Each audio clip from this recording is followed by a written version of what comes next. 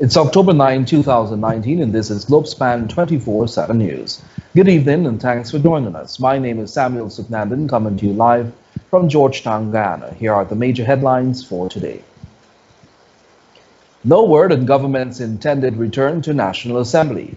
PNCR to examine WPA's proposal of cash transfers of oil resources.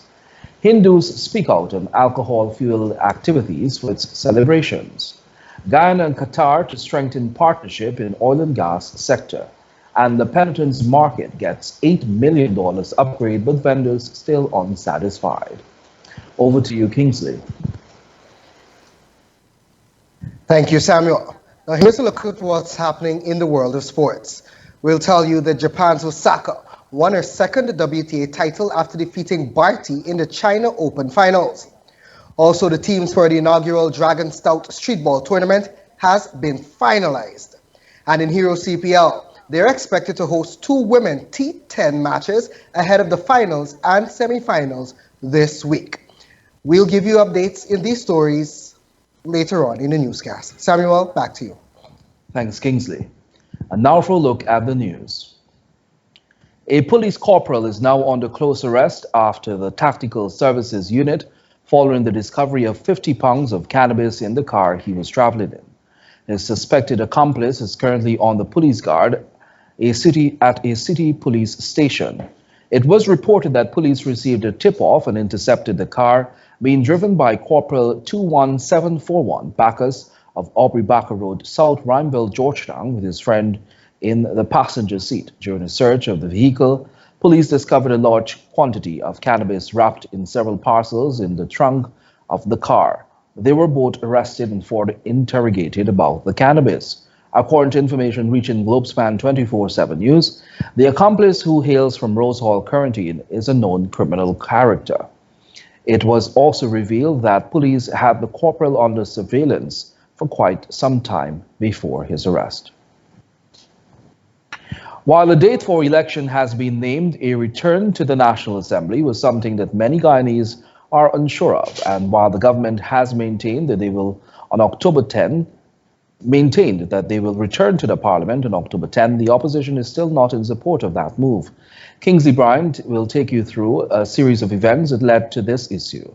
Let's take a look. President David Granger, following his announcement that general and regional elections will be held on March 2, 2020, had signaled his intention to see the political opposition return to the National Assembly to facilitate the extension of the 3-month period for the holding of these elections.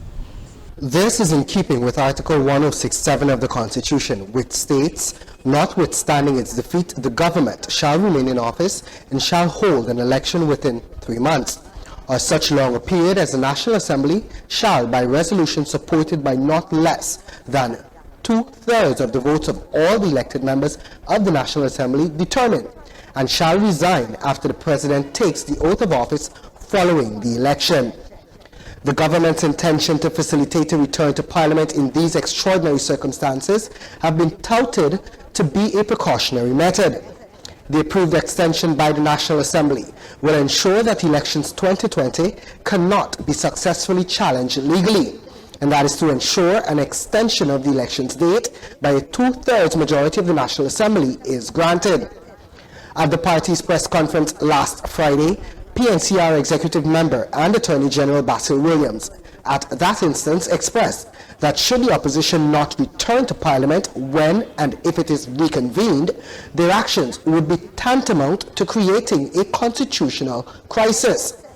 At that juncture, he also posited that should the opposition fail to return to the National Assembly, the President would be forced to enact what he deemed the doctrine of necessity. With the President's intended date of October 10 fast approaching and the main political opposition maintaining their stance of not returning to the National Assembly, there's a feeling of anxiety as it relates to the life and validity of this 11th Parliament. Globespan 24x7 News made contact with the Parliament office, but is still to receive further clarification on the processes and correct timelines, given the Parliament has been in recess since the fateful night of December 21, 2018, and throughout the numerous court cases that followed. Clerk of the National Assembly, Sherlock Isaacs, in an invited comment, noted that none of the chief whips have relayed their intention to return to Parliament, and as such, there is no order paper or agenda planned should the House reconvene in October.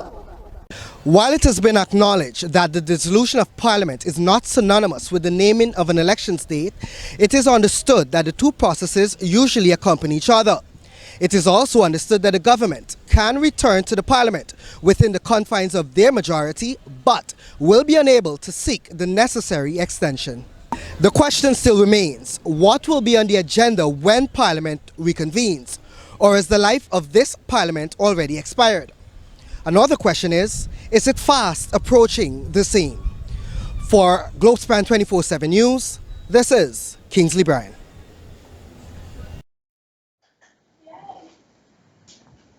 Thanks, Kingsley. The Caribbean region has recognized 5 Caribbean judicial officers and legal professionals who have made significant contributions to the development of international law. The inaugural Eminent Caribbean Jurist Gala and Award ceremony was held on the Twill Island Republic of Trinidad on Monday evening. Those honored at the ceremony were outstanding Guyanese diplomat, former Secretary General of the London-based Commonwealth Group, Sir Sheerdat Ramphal, the Jamaican Judge Patrick Robinson from the International Court of Justice, Trinidadian Justice Anthony Lucky of the International Tribunal on the Law of the Sea, and Guyanese Nationals Ambassador Dr. Bertrand Ramcharan of the United Nations Refugee Office and Professor Duke Pollard, who served as a judge on the CCJ. Speaking at the event, Guyanese Sir Sheerdat Ramphal said true homage should be paid to the advancements the region has made in its legal standing. We mark tonight a reality that began even as our Caribbean civilization itself began.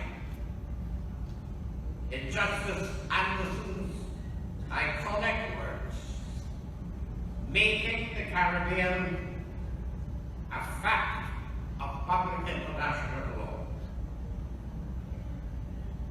It is that reality we truly honor. Ramphal further relayed that as the region takes its place in a world where globalization has now become key to sustenance, it was an honor to be a contributor to the process along with his colleagues who were honored. We feel fortunate indeed to have been instruments through which the Caribbean's role in international law has found fulfillment. That from this small corner of the world, the rule of international law has raised its strengthening hand. It's a regional input to which we have all in the region contributed, and of which we should all be proud. The renowned statesman said those advancements were not without their challenges, and while advancements were made, this process must be seen as incessant and is the responsibility of all to upkeep this image of jurisprudence. And this responsibility rests with all lawyers, corporal lawyers, trial lawyers, judges, magistrates, law officers, general practitioners, specialists, and academics. All must help our generation to reach to such higher levels of perception and attainment within the wider framework of our being one nation, one region.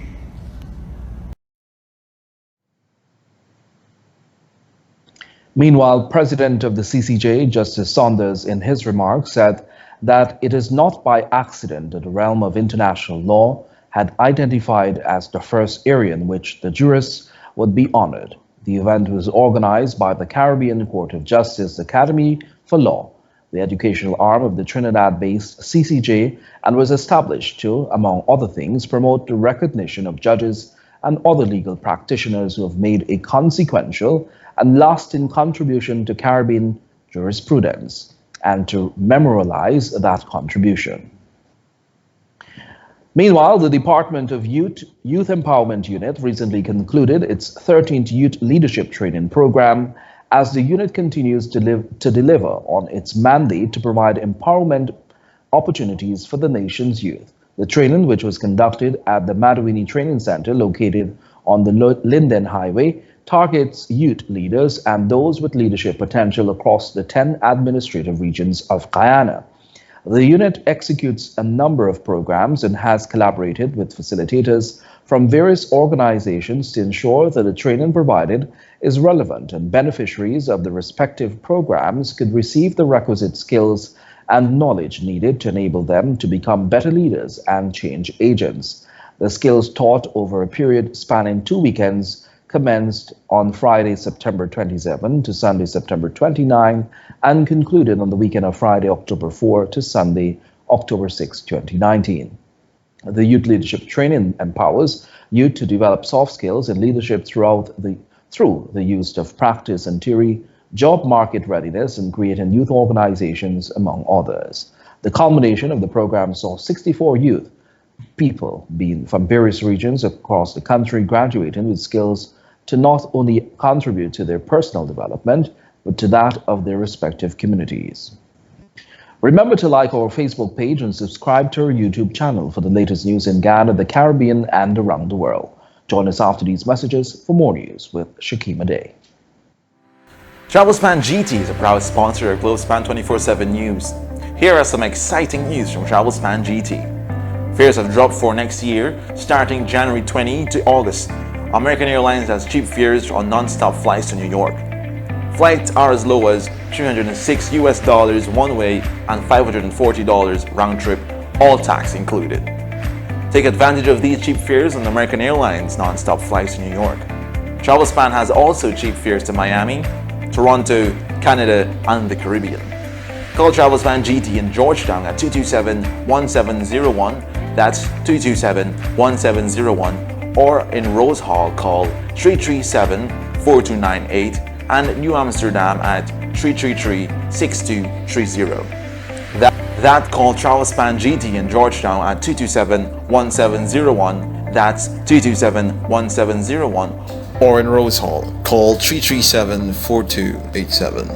And in New Amsterdam at 333-6230. Globespan is a proud sponsor of Globespan 24x7 News. Globespan has some cheap fares to Guyana on American Airlines flights. Fly from January for $234 one-way and $512 round-trip. Take advantage of these cheap fares on American non-stop flights from JFK to Guyana. That's non-stop flights from JFK to Guyana, starting as low as $234 one-way and $512 round-trip. And also has the cheapest fares for Christmas that starts as low as $799 round-trip. Globespan celebrating 25 years in business with over 10 offices to serve you. Call 718-845-0437. That's 718-845-0437. Or book online at globespan.com. Book early and save. Welcome back and thanks for staying tuned. Now for more news.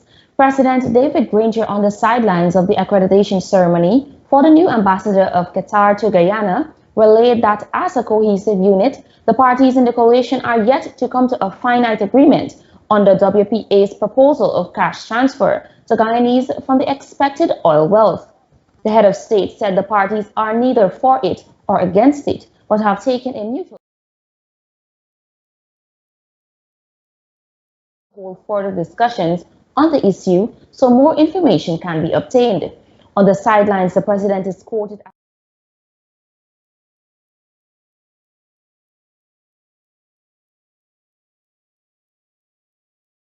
as and for what purpose.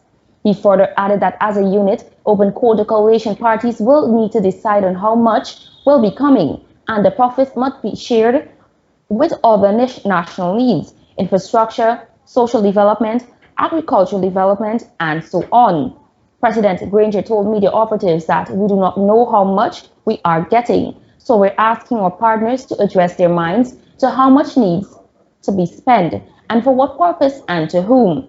Just last week, opposition leader Barry Jagdeo expressed his support for the cash transfer initiative, but said it would be an incentive-based process for the poorer people of Guyana. Meanwhile, two residents from what was once considered the suicide capital of the country, Blackbush Polder Region 6, took their own lives on Tuesday, with persons hailed from Maibikuri. It was reported that Amar Jeffrey, 29, ingested a poisonous substance before forcing his reputed wife to do the same. Globespan 24x7 News understands that the man and his wife were having marital problems. Jeffrey died on Tuesday morning, while his wife is currently in a stable condition. Meanwhile, in a separate incident, a mother of two ingested a poisonous substance. It wasn't clear why she committed the act. Just last year, the record of deaths by suicide stood at 141 persons, but this figure does not take into account the amount of unreported cases. Meanwhile, the Guyana Hindu Dharmic Sabha has condemned the action of a popular promoter who posted an ad on social media advertising a party bus slated to be held for the annual Diwali motorcade. More in this report. Yet another year has come where the Guyana Hindu Dharmic Sabha has to call on promoters not to use religious events as an excuse to host alcohol-fueled activities. This call comes once again after a flyer was circulating on Facebook advertising a Diwali motorcade party bus meant to partake in the annual Diwali motorcade slated for October 26. According to President of the Guyana Hindu Dharmic Sabha, Dr. Vindhya Prasad, they try to keep the event on a spiritual level, as celebrations of Diwali is one free of alcohol. Because we have 8 of these every year, and we want to maintain that sanctity because it's the prelude to Diwali, which is on the 27th. So we urge those persons taking part to adhere to it in terms of what we ask. No alcohol, it's vegetarian, and it is in keeping with the message and theme of Diwali. So we engage those persons who had that ad up, and they agreed to cancel it. It was not in any acrimonious manner. They agreed to cancel it, but we will, as always, encourage the thousands of Guyanese who come out in all of their grandeur to come and enjoy the procession, as always. According to Dr. Prasad, the promoter cancelled the event, but such an issue should not have been conceptualized or implemented in the first place. Well, we have always, whether it's Diwali, Bhagwan, Navratri, whatever our festivals are, during all of these festivals, we stay away from alcohol. We have a vegetarian diet, and it's sacred, and a lot of it is associated with our puja or prayers. So we ask, if you're holding an event, do not associate any event with any of those things, using the name Diwali, Bhagwan, or any of those things. We just ask you, please don't do that, because it is disrespectful in every way, and we'd like you to desist from that. Pandit Deodat, president of the Golden Om Dharmic Youth Organization, also commented on the issue, citing that Guyanese must learn to respect others' religion. I'm very disheartened when promoters would use sacred holidays such as Diwali and Bhagwan or any other religious holiday that has great significance to its followers, to use it as an opportunity to promote events that bears vulgarity, that bears alcohol consumption, and anything that lends towards the desecration of the sacredness of these festivals. And this has not been a new phenomenon. For Globespan 24x7 News, Shakima Day. In other news, a newly constructed revenue office and renovated city constabulary outpost are among upgrades to the La Penitence market. These rehabilitative works total more than 8 million. On Tuesday, a team from the Georgetown municipality visited the market to assess the ongoing works. Councillor for Constituency 10, David Alicock, stated that works on the market commenced 6 weeks ago and is 95% complete. Presently, the City Constabulary Division, Revenue Office and a sanitary block have been renovated. There is fixed ventilation, new steps, ceiling and flooring as well, he stated. He further explained that the construction has been divided into two phases, with phase 1 expected to be completed by next week. Plans are already being streamlined for the commencement of phase 2 in 2020. For phase 2, we recognize that 90% of the roof will have to be done over. It is mostly the northern, eastern and southern sides that need a total resheeting of the roof, he noted. According to city engineer attached to the Georgetown Mayor and City Council, Rashid Kelman, the newly renovated Revenue Office will provide much relief to the vendors when paying their rates and taxes. He also noted that with the newly renovated Divisional Office for the City Constabulary, security will be improved.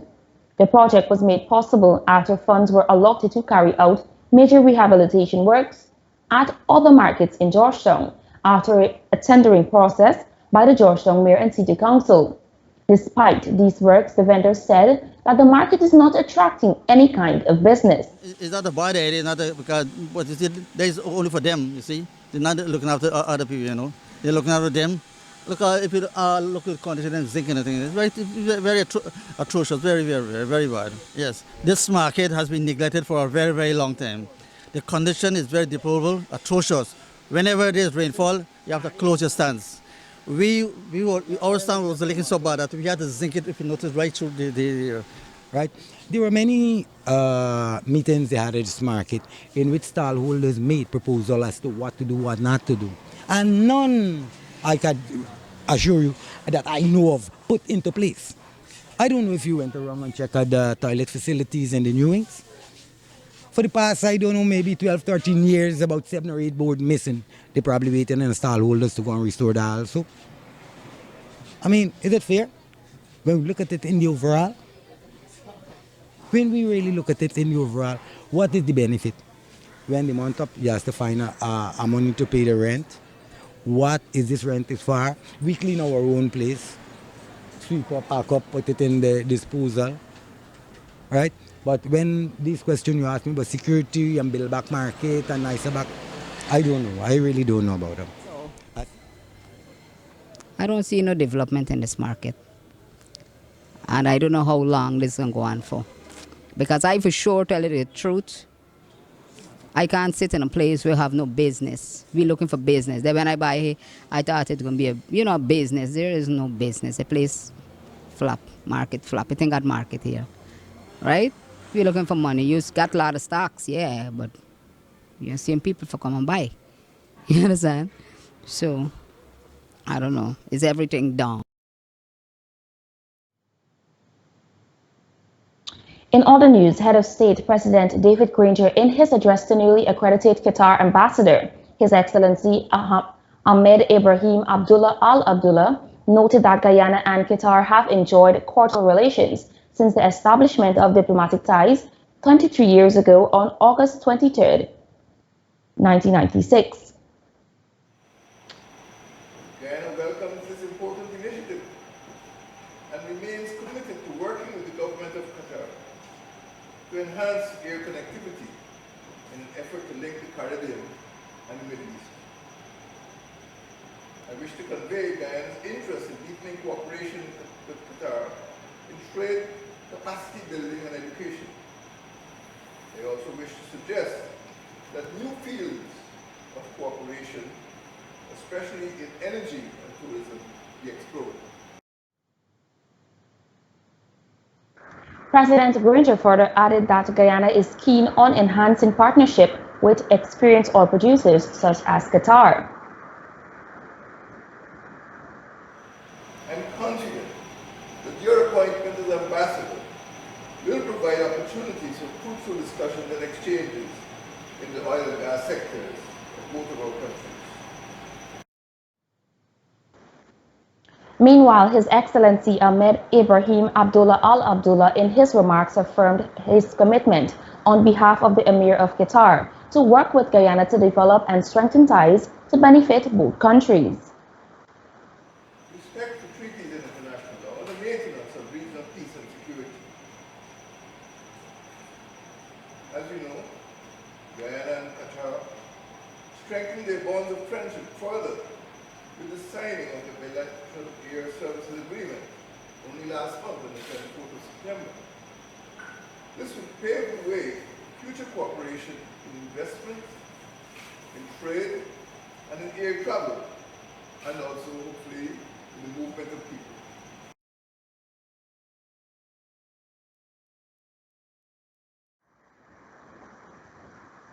And here we now have brief remarks from the Qatar ambassador.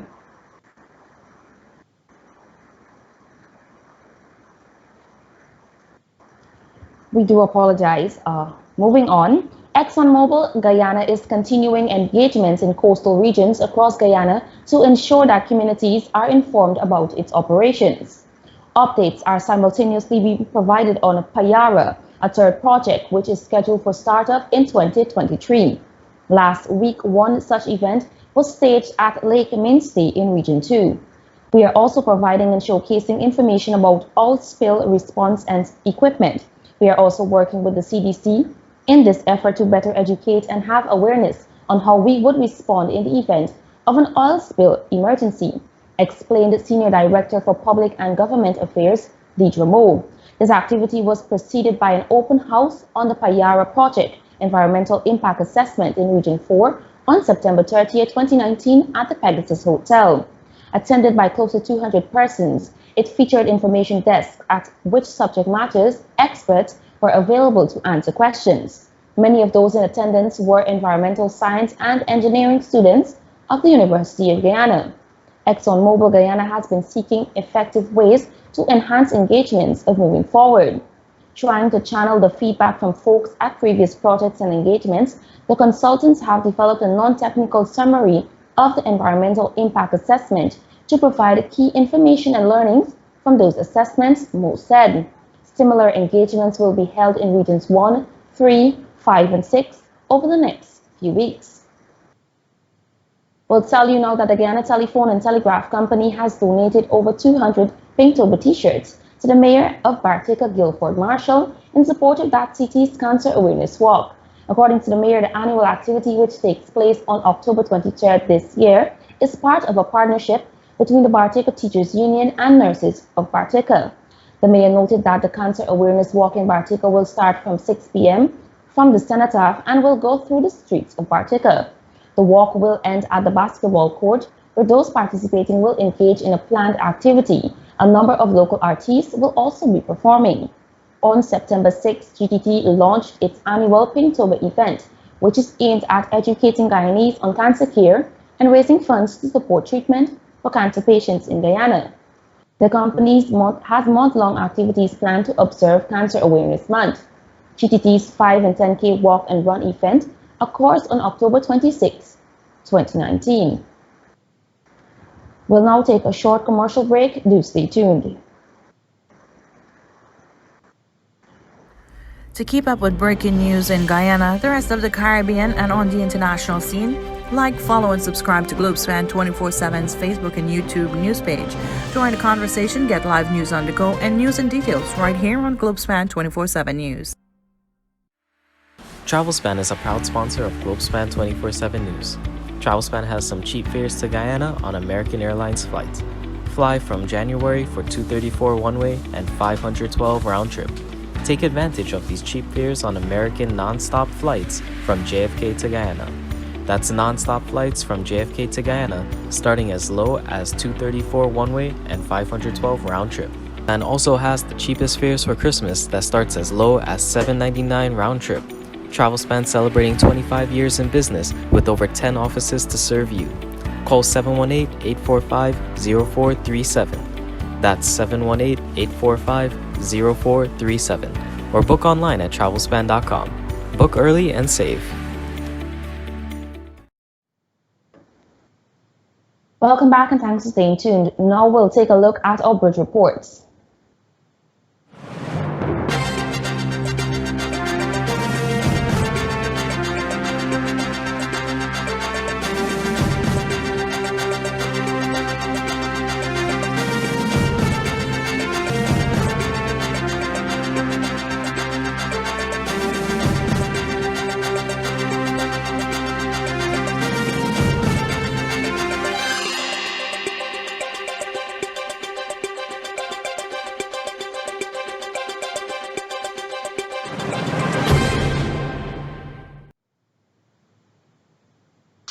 And we now introduce you to Tech Bite with Kumar Doshi in India.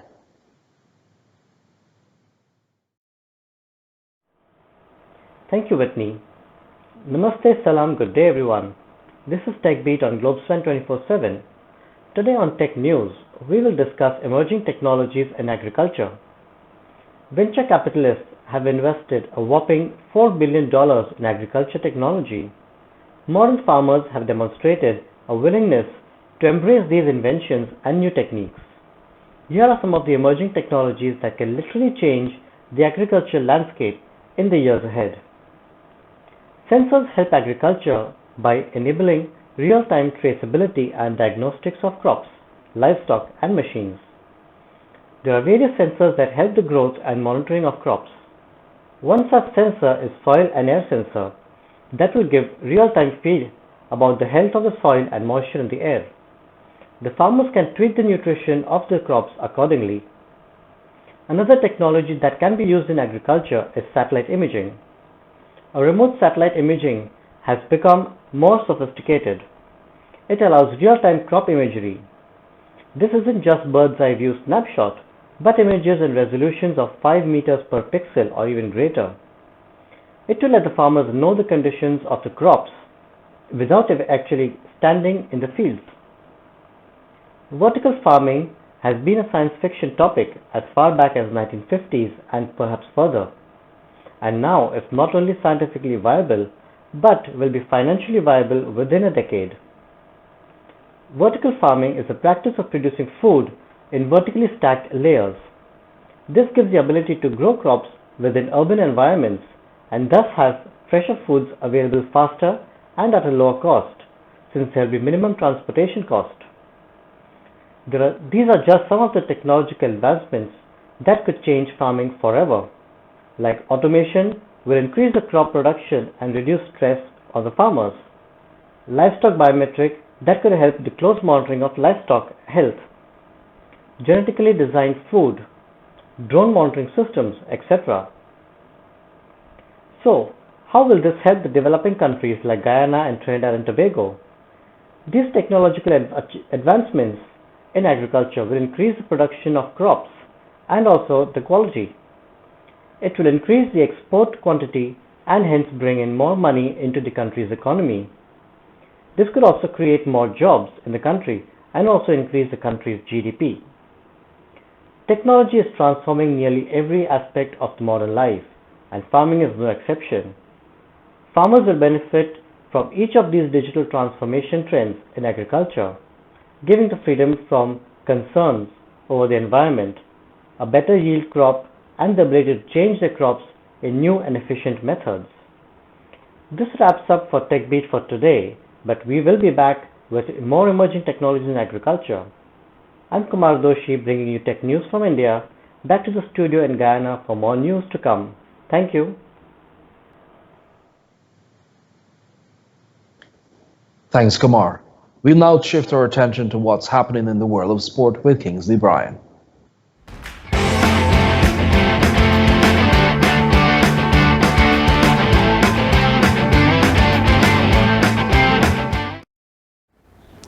Thank you, Samuel.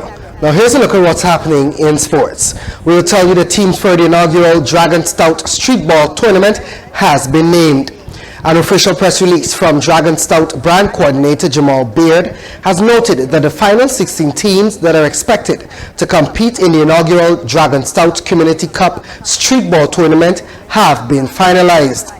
According to the statement, the participants who will be competing for over $500,000 in prizes are Northeast La Penitence, All Boys Town, Leopold Street, Broad Street Sapphire, LA Ballers, Bent Street, Gold is Money, Back Circle, Sparta Boss, Alexander Village, Future Stars, Tiger Bay, Melanie B, Answer McCall All Stars, and Showstoppers.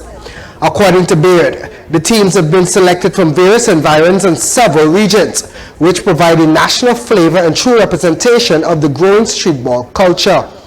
Beard in the release further noted, and I open quote, the event is the start of an exciting project, which has the capacity to become a staple of the local streetball and community landscape, and to attract a mass following. End of quote.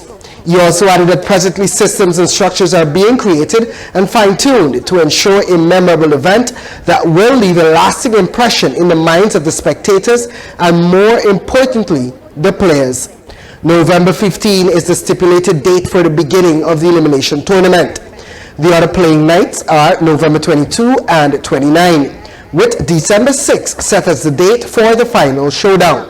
All matches will be hosted at the National Gymnasium. And turning our attention to CPL, we'll tell you that Hero CPL is expected to host 2 women T10 matches ahead of the finals and semi-finals.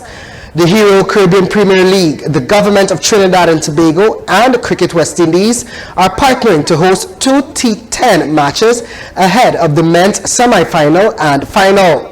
The best women's cricketers from across the Caribbean will be playing in the NLCB Challenge on October 10 at 3 p.m. and the Course Invitational on October 12 at 12:30 p.m.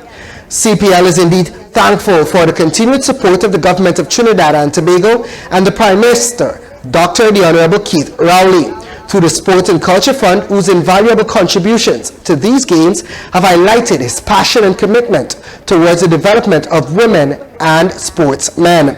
The Honorable Minister Shamfa Kujo said the Ministry of Sport and Youth Affairs is pleased to partner with the CPL for the upcoming women's T10 cricket.